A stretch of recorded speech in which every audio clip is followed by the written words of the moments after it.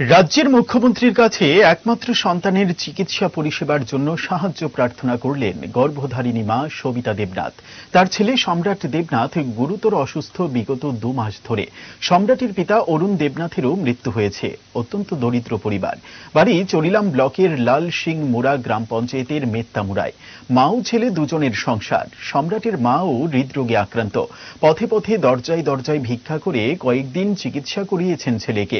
চিকিৎসক বলেছে উন্নত মানের চিকিৎসা পরিষেবা দিতে হবে তাকে, কিন্তু নেই হাতে কোনো টাকা পয়সা। তাই শুক্রবার দিন সকালবেলা নিজ বাড়িতেই বসে রাজ্যের মুখ্যমন্ত্রীর কাছে ছেলেকে বাঁচানোর আর্জি জানালেন মা সবিতা দেবনাথ।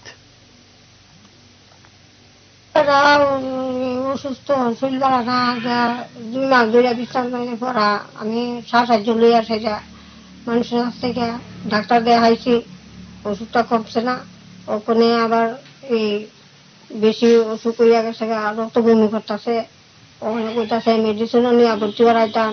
ওখানে আমরা তোতে আমার তো অন্তে পয়সা নাই, আমার একটা ছেলে, ওখানে আমি কিভাবে আমি নিয়ে ভর্তি করামো আর চিকিৎসা করামো? আমার বড় খাবার লোনও নাই। আমার একটা ছেলে বিয়া টিয়া করাইছি না, বুঝতো না। কত বছর বয়স? বাবরু মারা গেছে। হ্যাঁ, বয়সটা কত? 18 হইব। 28। নাম কি তাই? সম্রাট দেবনাথ। তো এখন আপনি কি চাইতেছেন? ওখানে আমি মুখ্যমন্ত্রীর কাছে আমি সাহায্য চাইতাছি। আমার যদি সাহায্য করুন, আমার ছেলেটা বাঁচাইতে, বা আমার ছেলেটা বাঁচবে, নাইলে আমার ছেলেটা ভালো যাবে।